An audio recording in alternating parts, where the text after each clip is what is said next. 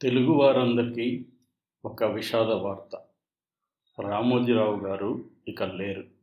ఆయన ఈరోజు ఆసుపత్రిలో వైద్యం పొందుతూ వెంటిలేటర్ మీద ఉంటూ చనిపోయారు. ఇప్పుడు ఆయన బయోగ్రఫీ గురించి చెప్పుకుందాం.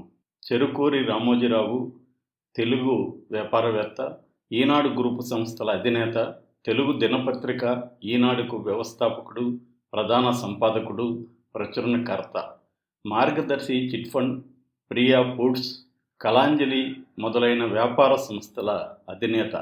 రామోజీరావు స్థాపించిన రామోజీ గ్రూపు అధీనంలో ప్రపంచంలోనే అతిపెద్ద cinema studio Ramoji film city ఉంది.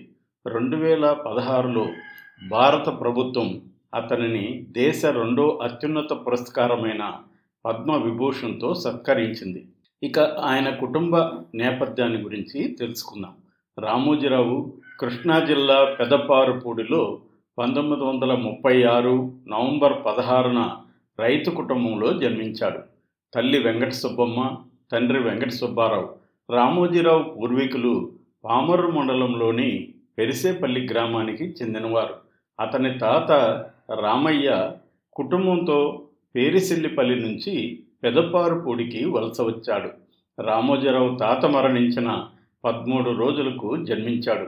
దాంతో అతని జ్ఞాపకార్థం తల్లిదండ్రులు రామయ్య అన్న పేరు పెట్టారు. ఇతనికన్నా ముందు 2 అక్కలు ఉన్నారు. పెద్దక్క పేరు రాజ్యలక్ష్మి, చిన్నక్క పేరు రంగనాయకమ్మ. ఇక అతని బాల్యం, విద్యాభ్యాసాన్ని గురించి చెప్పుకోవాలంటే ఇతని కుటుంబానిది శ్రీ వైష్ణవ నేపథ్యం. తల్లి చాలా భక్తిపరురాలు, ఆచారవంతురాలు కావడంతో చిన్నతనంలో ఇతనికి భక్తి, శుచి అలవడింది.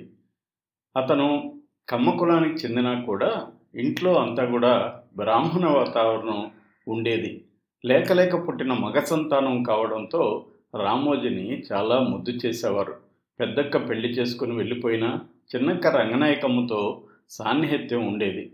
అలాగా అక్కతో తిరుగుతూ ఇంట్లో తల్లికి ఇంటి పనుల్లో, వంటలో సహాయం చేసే అలవాటు కూడా రామోజీరావుకి ఉండేది. రామయ్య అన్న తన పేరు నచ్చక ప్రాథమిక పాఠశాలలో చేరేటప్పుడే సొంతంగా రామోజీరావు అన్న పేరును సృష్టించుకొని తానే పెట్టుకున్నాడు. ఆ పేరే జీవితాంతం కొనసాగుతుంది. రామోజీరావు 1947లో గుడివాడలో పురపాలకోన్నత పాఠశాలలో 8వ తరగతిలో చేరాడు. 1957లో 6వ ఫారం అక్కడే పూర్తి చేసుకొని గుడివాడ కళాశాలలో ఇంటర్ బిఎస్సి చదివాడు. 1961 ఆగస్టు 19న రామోజీరావుకు పెనుమలూరుకు చెందిన తాతినేని వెంకట సుబ్బయ్య, వాణీదేవుల 2వ కుమార్తె రమాదేవితో వివాహం జరిగింది. రమాదేవి అసలు పేరు రమణమ్మ కాగా పెద్దలు పెట్టిన పేరు నచ్చక ఆమె కూడా తన పేరును మార్చుకున్నది. రామోజీరావుతో భార్య వైపు బంధువుల్లో చిన్న బావమరిది తాతినేని వెంకట కృష్ణారావు మార్గదర్శి చిట్ ఫండ్స్ సంస్థలో డైరెక్టర్గా, తోడల్లుడు ముసునూరి అప్పారావు ఈనాడు డాల్ఫిన్స్ హోటల్ మాజీ ఎండీలుగా కలిసి పనిచేశారు. రామోజీరావు తనకు పరిచయస్తుడు, అడ్వర్టైజింగ్ ఏజెన్సీలో పనిచేసేవాడైన తహసీల రామచంద్రరావు ప్రోత్సాహంతో అడ్వర్టైజింగ్ రంగంపై ఆసక్తితో ఆ రంగాన్ని గురించి నేర్చుకోవాలని ఆశించాడు. అందుకోసం చదువు పూర్తయ్యాక ఢిల్లీలో ఒక అడ్వర్టైజింగ్ ఏజెన్సీలో ఆర్టిస్ట్గా ఉద్యోగంలో చేరాడు. 3 సంవత్సరాల పాటు ఆ రంగంలో పనిచేసి 1962లో హైదరాబాద్ తిరిగి వచ్చాడు. రామోజీరావు 1962 అక్టోబర్లో హైదరాబాద్లో మార్గదర్శి చిట్ ఫండ్ ప్రారంభించాడు. ఇది అతని జీవితంలో తొలి వ్యాపారం.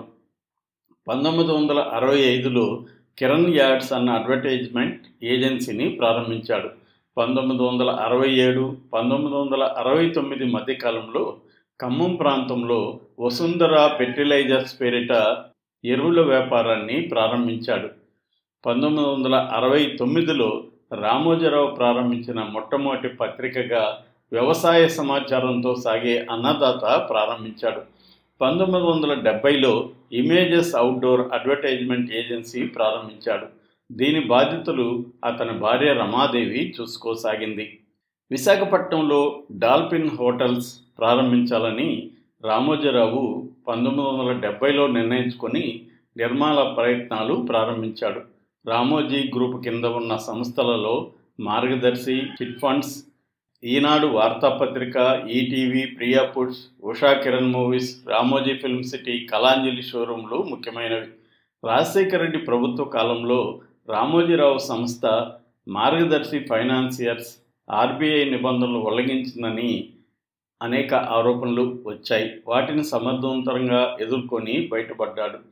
రామోజీరావు మార్గదర్శిలోని ఖాతాదారు డబ్బుల్ని సొంత అవసరాలకు వాడుకుంటున్నారని ఆంధ్రప్రదేశ్ సిఐడి కేసు నమోదు చేసింది. మార్గదర్శి ఆస్తులను జప్తు చేసింది. ఆంధ్రప్రదేశ్ రాష్ట్ర వ్యాప్తంగా ఉన్న మార్గదర్శి కార్యాలయాల్లో సోదాలు చేపట్టింది. మార్గదర్శి కేసు విషయమై రామోజీరావును విచారించింది.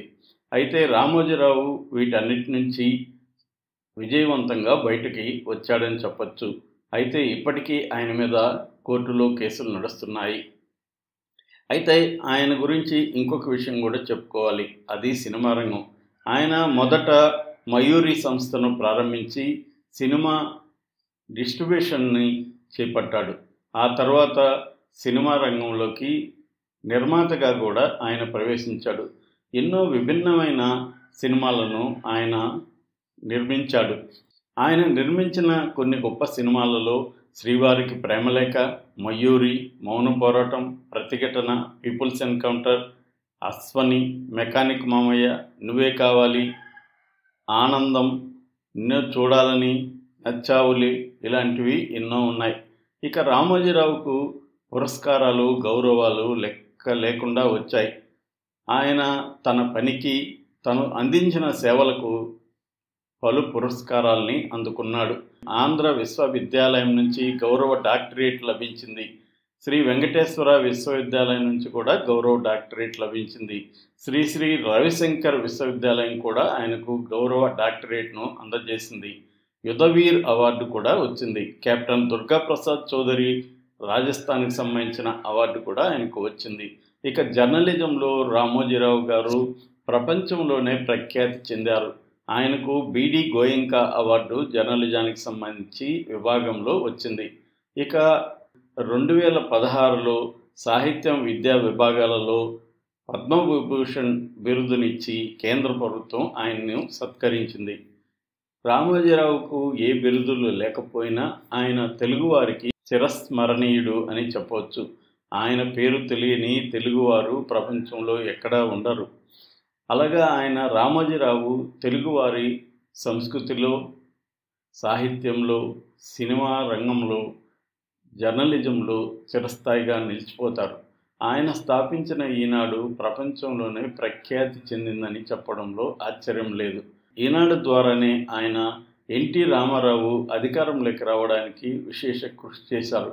ఆయనకు ముఖ్యమంత్రుల్ని దించడము తెలుసు, ముఖ్యమంత్రుల్ని కుర్చీ ఎక్కించడము తెలుసు అనేవాళ్ళు. ఆయన అనుకుంటే ముఖ్యమంత్రిని దింపేయగలడు, ఆయన అనుకుంటే ముఖ్యమంత్రిని కుర్చీ ఎక్కించగలడు అన్నదానికి లేటెస్ట్ ఎగ్జాంపుల్ జగనే. జగన్కి వ్యతిరేకంగా ఈనాడు ఈ గత 5 ఏళ్లలో ఎలా పనిచేసిందో అందరూ చూశారు.